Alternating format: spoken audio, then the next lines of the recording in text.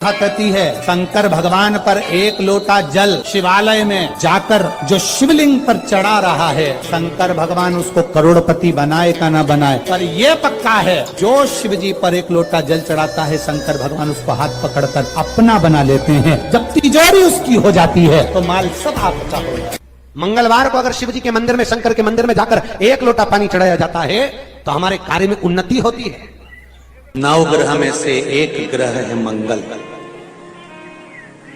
जिसकी उत्पत्ति, जिसका जन्म शंकर भगवान के ही शरीर के पसीने से हुआ। और इस मंगल को ठंडा करने वाला कोई दूसरा नहीं है। धधकते हुए इस लाल ग्रह को, धधकते हुए इस मंगल ग्रह को अगर कोई समाप्त करा है तो इनकी धर्म पत्नी मेघा ने, ज्वालिनी ने करा है। मंगल ग्रह की पत्नी का नाम क्या है? मेघा। किसी किसी पुराण में ज्वालिनी भी लिखा है, अपन मेघा भी समझ लो, ज्वालिनी भी समझ लो। बहुत क्रोध, बहुत क्रोध मंगल, क्योंकि इसके जन्म का जो समय है ना वो बड़ा विचित्र है। मंगल के जन्म का जो समय है वो बड़ा विचित्र। ये ग्रह मंडल में रहेगा, देवताओं के रूप में पूजा जाएगा, पर मेरे क्रोध के कारण उत्पन्न हुआ है, इसलिए इसका ग्रह थोड़ा सा क्रूर होगा। एक बात बहुत ध्यान से सुनिएगा, विवाह, शादी, संतान प्राप्ति, विवाह के बाद में विवाद या किसी नए कार्य के लिए आगे बढ़ रहे हैं और उसमें अड़चन आ रही है, तो एक बार किसी ज्योतिषाचार्य के पास जाकर पूछना, वो बता देगा या तो मंगल या शनि कुछ ना कुछ, कोई ना कोई क्रूर ग्रह तकलीफ दे रहा। ज्योतिषाचार्य के पास जाएंगे, वो कहेगा। जितने भी ग्रह हैं, चाहे राहु हो, केतु हो, मंगल हो, शनि हो, बुध हो, भौम हो, सूर्य हो, ये सारे जो ग्रह हैं ये शंकर भगवान के शिवलिंग के पास में विराजमान है। शिवलिंग के पास में विराजमान।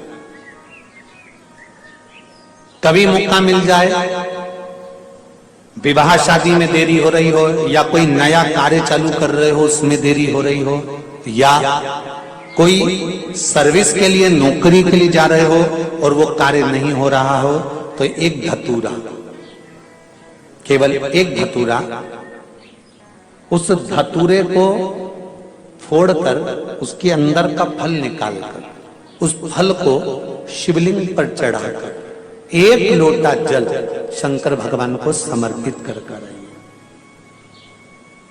दिन होना चाहिए मंगलवार।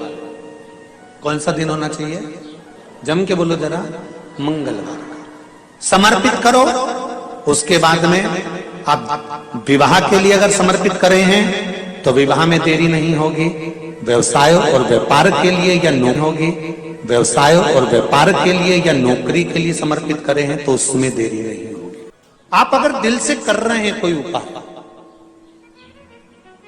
आप भगवान शंकर की आराधना अगर दिल से कर रहे हैं, भगवान शिव की आराधना आप हृदय से कर रहे हैं, तो ये निश्चित है कि शिव दिल से सुनेगा जरूर।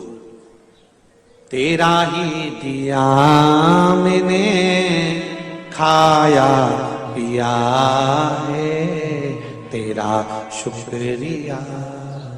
आंकड़े की माला, महाराज, आंकड़े के पत्ते की जो माला होती है, ये माला कार्य की सिद्धि के लिए होती है। इसमें एक एक आंकड़े के पत्ते पर सीताराम लिखा जाता है। मात्र एक पत्ता ऐसा होता है जिस पत्ते पर सीताराम नहीं लिखा जाता।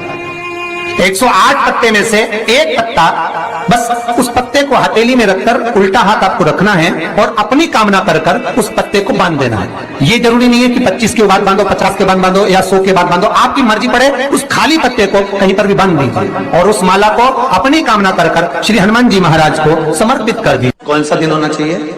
जम के बोलो जरा, मंगलवार का। एक दीवार ऐसी होती है जहां पर हनुमान जी का चित्र लगाया जाता है।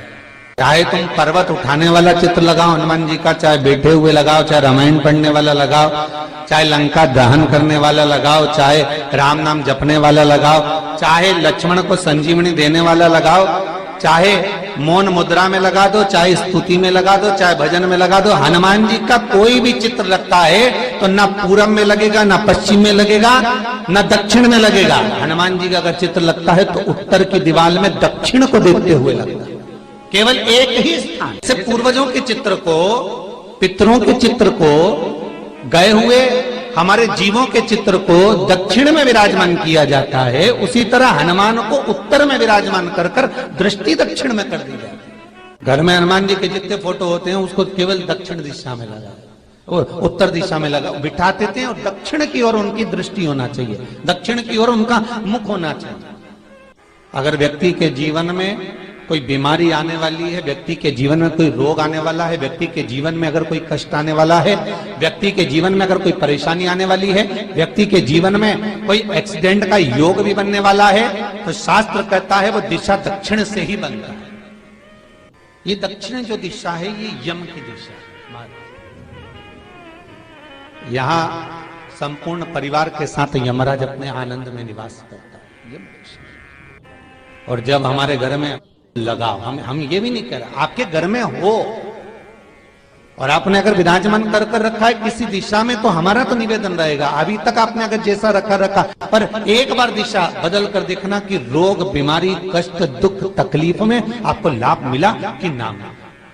हनुमान जी ने केवल दक्षिण दिशा की ओर अगर मुख कर कर हमने विराजमान कर दिया, फोटो ही विराज दिया। ये नहीं कहेंगे आपसे कि आप बाजार से फोटो खरीद के लाओ फिर लगाओ, नहीं, आपके घर में हो तो आप।